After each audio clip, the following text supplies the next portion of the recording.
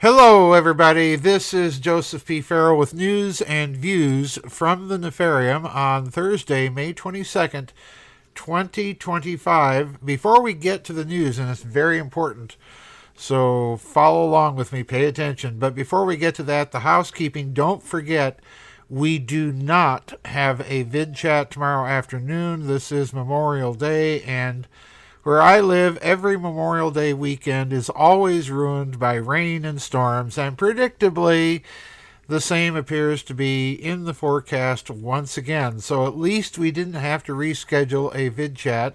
I just decided not to schedule it for this weekend. Anyway, now let's get to the news.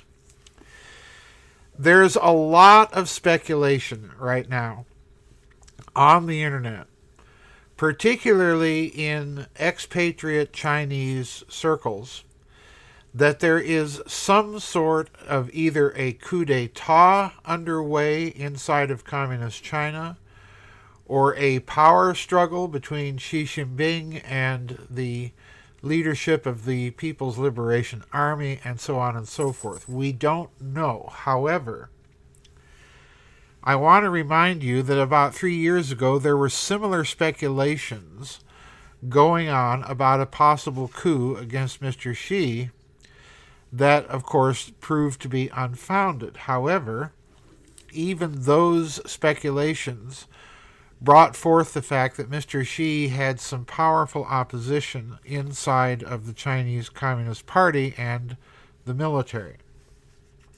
So bear that in mind. This article, I've been literally scouring the internet trying to find an article version of various videos that I've been able to watch and monitor on this situation inside of Communist China. And I finally found this article by Mr. Xinxing, and the article's titled, Xi Jinping's Failed Coup Attempt Has Led to a Thorough Purge of Military Influence. Okay? And I want to read several paragraphs from this article to you because they are extremely important, because these are the hard details behind the speculations that there is something afoot inside of Communist China right now. And all of what is afoot, regardless of whether you view this as a purge of Mr. Xi's influence within the military or Mr. Xi himself conducting a purge, either way you view it, this indicates that there is a great deal of instability right now that is not apparent to the rest of the world inside of Communist China. Now, one more thing that is not mentioned in this article. Recently, Mr. Xi was on a junket and, of course, has been recently seen in the company, in the last year or so, in the company of various Western leaders. During his recent visit to France, I want to say about a year ago, my mind right now is lacking the memory, unfortunately, to recall exactly when this visit was, but there was speculation that Mr. Xi's health was also not in the best of shape because a video had shown up on the internet which showed him not looking too well, and the video caught a wheelchair in the background, and there was some speculation afoot that the wheelchair was actually for Mr. Xi.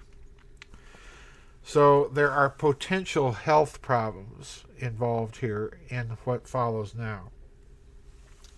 I want you to listen very closely. I'm going to read about 5 paragraphs from this article. I'm going to read a great deal of the article, but not all of it. But there's one paragraph in particular that I'll point out to you that I want you to pay close attention to. And one final note, folks. I'm just beginning to learn the basics of how to try to pronounce Mandarin and Cantonese, and it's a long slog. So for those of you who do speak either Mandarin or Cantonese, I apologize for my pronunciations. I'm doing the best I can. I will try in the coming years to be a little bit more regular with my attempts to pronounce these names. All right. The article again is from Xinxing. The title of the article is Xi Jinping's failed coup attempt has led to a thorough purge of military influence. And we're beginning here, quote, senior members of the Communist Party of China, the princeling fashion, and the complete second generation of red officials have united against Xi Jinping with ongoing rumors of a complete eradication of his influence within the military. Recent reports indicate that the case involving Miao Hui and He Weidong has been classified as a gang political case and communicated throughout the military. Analysts suggest that this was a coup attempt orchestrated by Xi Jinping himself to reclaim military power, but it ultimately failed. Now, please note what they're saying here. The People's Liberation Army, whether we want to admit it or not, the People's Liberation Army is the basis of domestic power inside of Communist China. In other words, if you do not have the support of the military, and by the military I mean not the Navy, not the Air Force, but the Army itself. Remember, the People's Liberation Army encompasses all three service branches. They do not have separated commands. But when I'm referring to now, when I say People's Liberation Army as a base of support, I mean chiefly and principally the Army, not the People's Liberation Army Navy, not the People's Liberation Army Air Force, but the Army itself. All right, let's continue.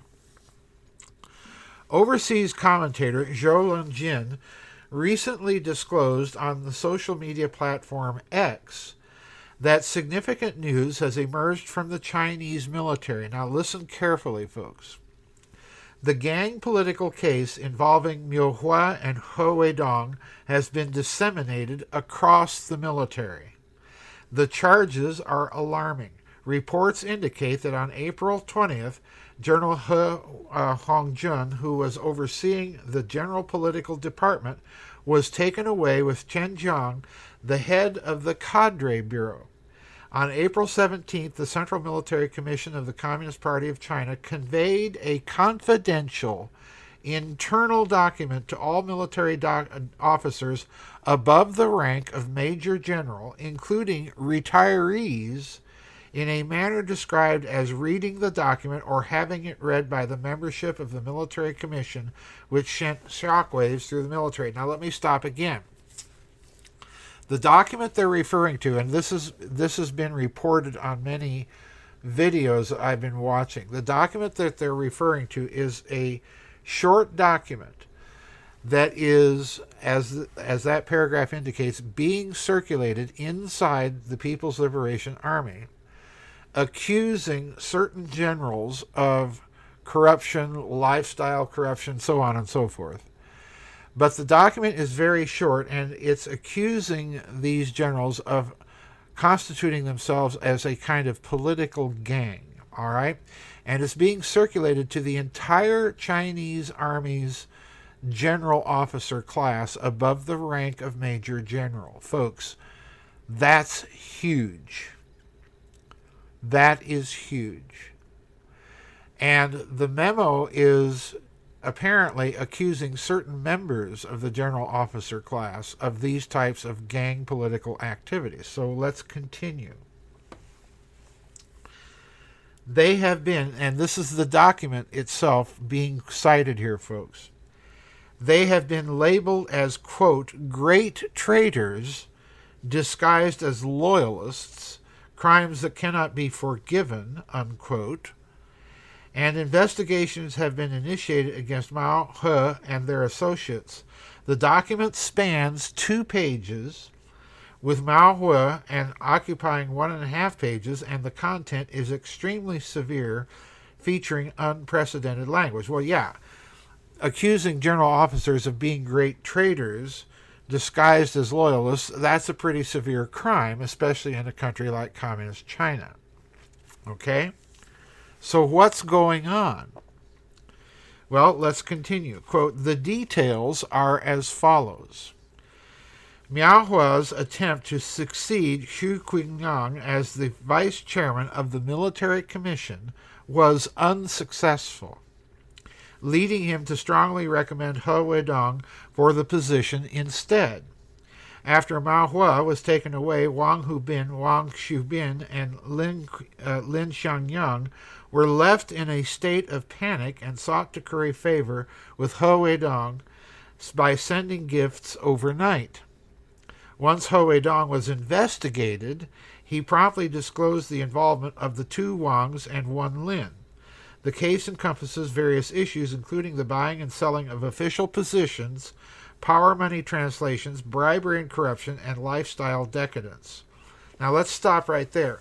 What they're telling you is He Weidong and, let's see here, I think it's Xu Qinlang, but there's another general involved that basically attempted to bribe their way out of these accusations by presenting gifts to a more senior general. That's what's going on behind the statements of this paragraph. So let's continue again. Quote, reports indicate that the Central Military Commission of the Communist Party of China has instructed the entire military to implement the 5 rectifications and 4 clarifications initiatives. Now, again, folks, I do not know what these things are. I'm assuming that they are either policy directives coming from the Politburo, or they might be initiatives within Chinese law itself. I'm a little unclear as to what these things are. But to continue, this involves conducting political assessments of all officers above the rank of Major General, including retirees, on an individual basis, with any departures from their localities needing to be reported step by step. The principle for appointing senior generals has shifted to better to have too few than to have too many. As the rectification efforts deepen, they are expected to impact the entire military personnel system. In other words, they're starting at the top with the general officers, and they're going through on a case-to-case individual basis. Folks, this is, whether we like it or not, this is some sort of purge, if all of this is true. And I suspect it is, because you're going to hear in this next paragraph just exactly who some of these generals that have suddenly disappeared from sight are. So here we go. This is probably the most important paragraph in this article. Quote, commentator Tong Jinwan asserts that the recent leak is quite credible. Furthermore, the case does not revolve around bribery involving 100 million yuan. He Weidong, along with the two Wangs and Lin, are all loyal members of Xi's faction. That's to say, Xi Jinping.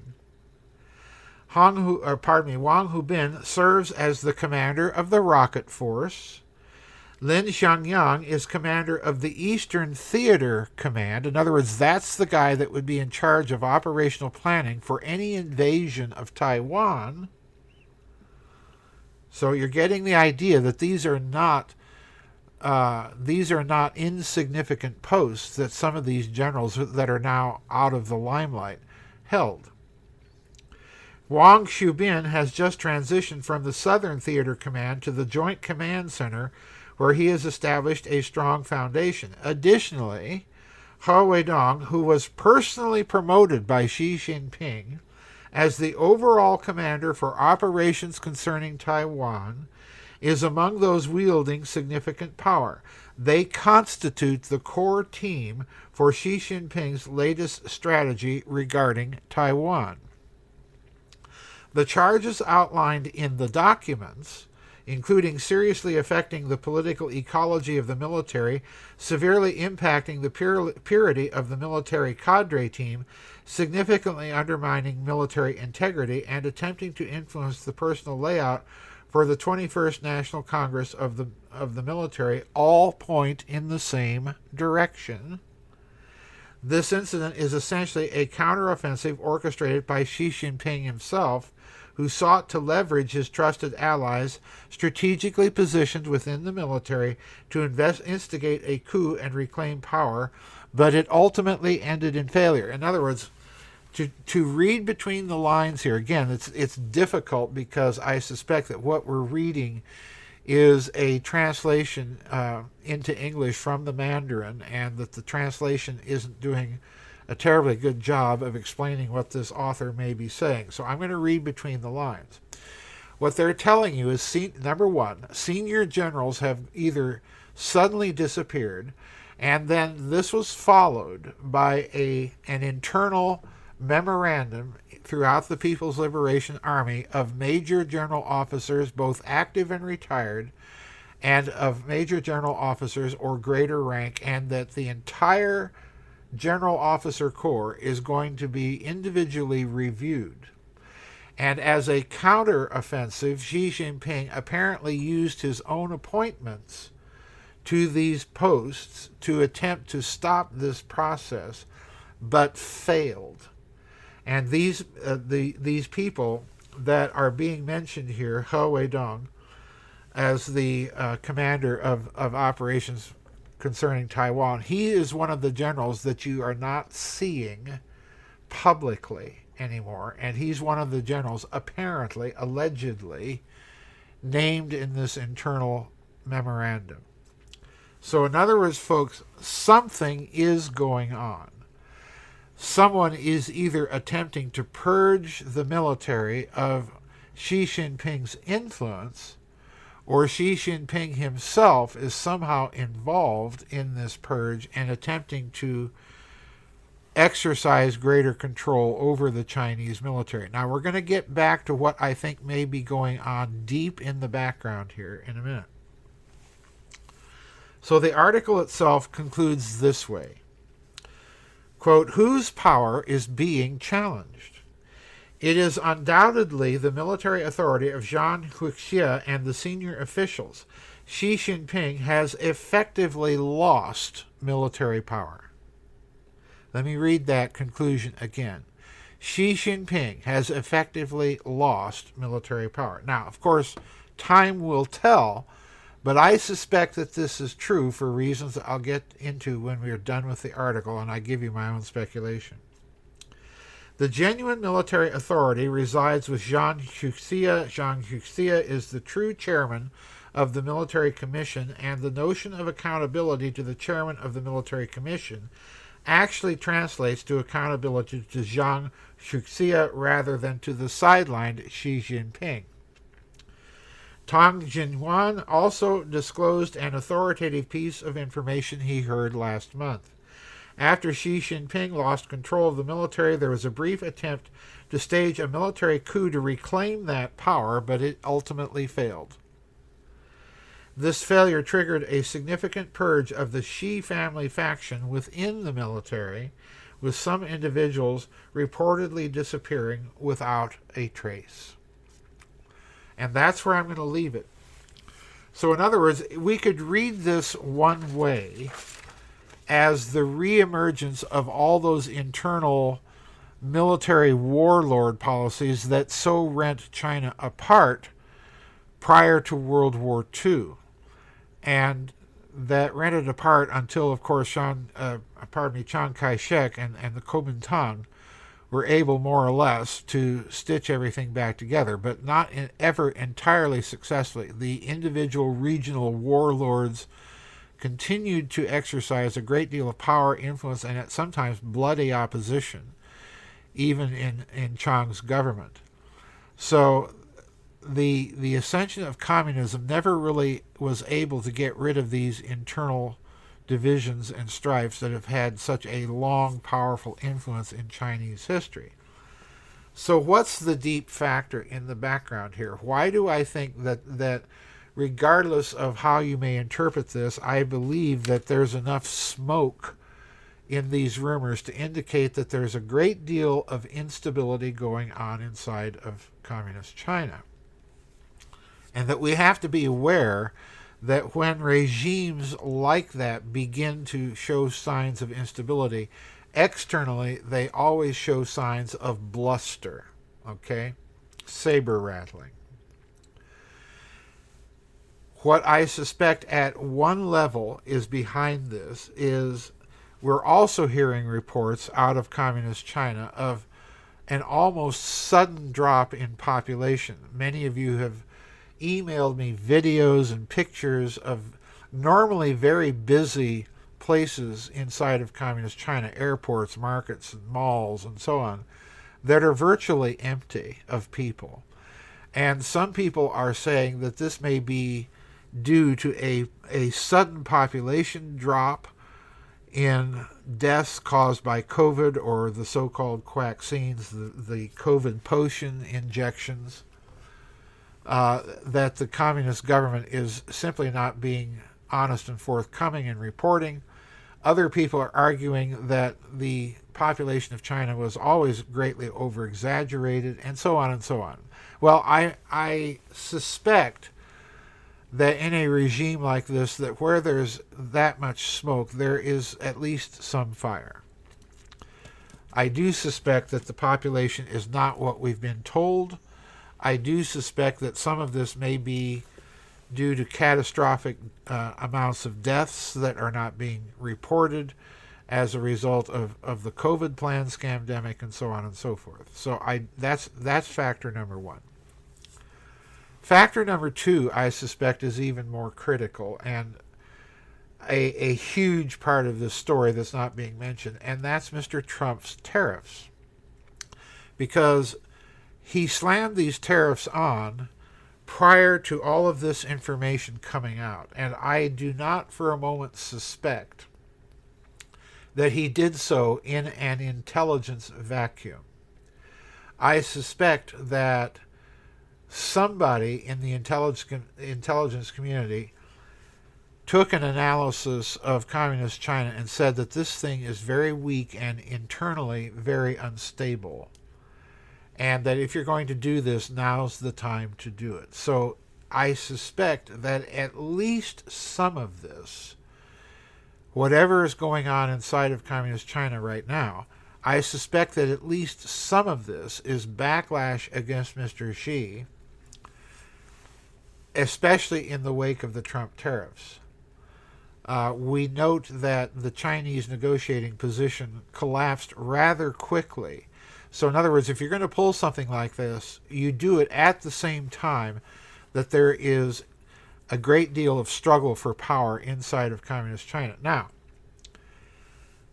the bad part of this timing is that it may bring to power in the Chinese military people that are much more interested in a military solution to the problem of Taiwan than the diplomatic solutions that Mr. Xi seemed to have been pursuing. So time is going to tell, but the bottom line here, folks, I think is that we have to watch China very carefully, because on top of everything else, they're facing two big problems. Number one, they're beginning to enter a demographic collapse of their population, and that's going to put a financial strain on the economy. And the other thing they're facing is their financial system itself is in tatters. There's a whole group of youth in China that are called the rat people that have simply given up on trying to work and better themselves because they realize they're just never going to get ahead in that system. So I suspect you're looking at some internal financial pressures that are not being reported on top of everything else.